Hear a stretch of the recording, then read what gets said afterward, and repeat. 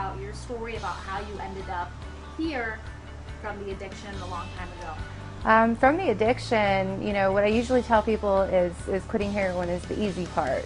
After that is the more difficult part.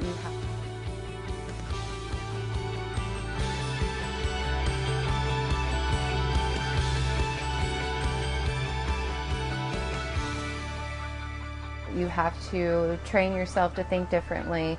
You have to remove that addictive behavior and that addictive behavior way of thinking.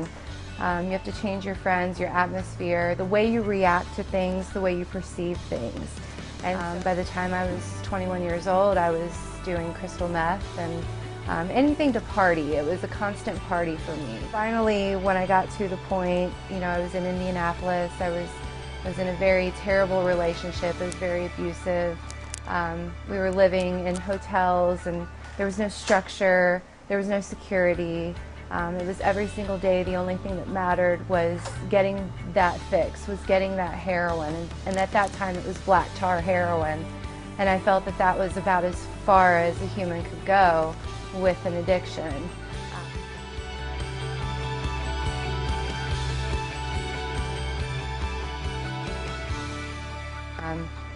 And I woke up one day and I literally just said, I don't want to be here anymore. I don't want to be this person anymore. I know I can be somebody else. I know that I can become the person that I want to become. I know I have that within me.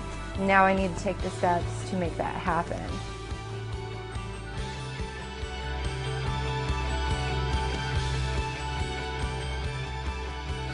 I didn't want to be a slave to a substance anymore. I wanted to depend on what was inside my heart and soul and my mind instead of depending on a substance to make me feel again.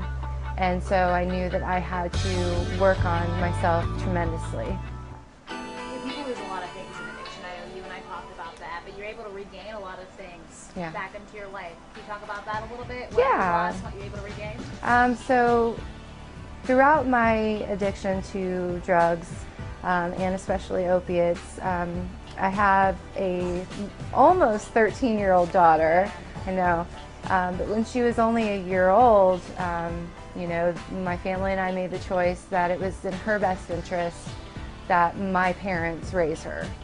And that was a very, very, very hard thing to agree to, but it was in her best interest. And so because of my drug addiction, I was out of her life for a very long time.